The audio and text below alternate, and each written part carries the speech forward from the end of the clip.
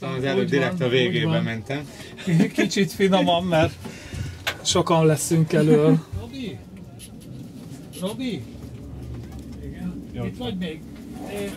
Még kb. Egy negyed óra befér, nem? Aztán utána azért lassan zárni kéne a bazárt. Nézni, hogy...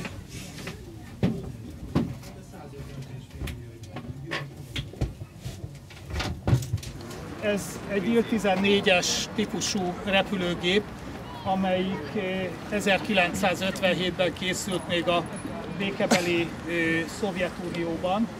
Ezt a típust a Malév közforgalmi gépként repülte, majd amikor kivonták a polgári forgalomból, az összes példányt visszavásárolta az akkori Szovjetunió, így Magyarországnak nem maradt egyetlen ilyen géptípusa sem. Ezért, amikor elhatározták, hogy létrejön egy emlékpark vagy valamilyen repülőgép múzeum, akkor az akkori szovjet néphadseregtől adományként kaptunk az akkori NDK területén állomásozó katonai gépet, ami gyakorlatilag 1987-ben érkezett meg Ferihegyre. Itt aztán nagyon hosszú időre Csipke Rózsika álmába merült, és szép csöndesen várta a sorsát, fakult, illetve kopott.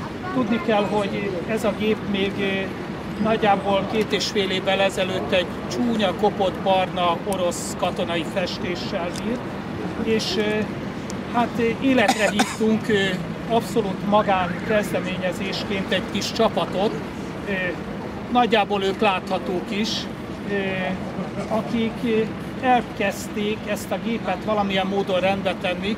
Az alapvető célunk az volt, hogy ugye ebben a múzeumban megtalálható az összes Malév színekben repült gép, hogy csináljunk egy Il-14-est is. Hát ugye itt látszik az eredménye, hogy ezt sikerült megcsinálni, és hát a munkák során egyre jobban belemerültünk, és azt láttuk, hogy viszonylag kevés munkával, viszonylag kevés pénzből fel tudunk éleszteni rendszereket. Hát ez odáig terjedt, hogy immáron mind a két motorunk üzemképes, illetve jelenleg csak a jobb motor, mert bal motoron javítások vannak, és eljutottunk odáig, hogy ilyen motorbemutatókat is tudunk tartani. Hát elvileg néhány percen belül ezt meg fogjuk csinálni.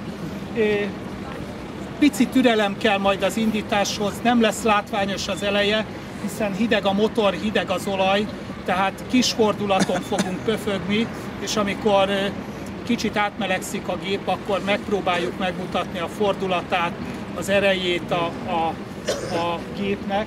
Érdemes lesz esetleg majd figyelni, ja, és nem kell megijedni az elején a füst esetleges kis lángnyelvecskéktől, ez teljesen normális.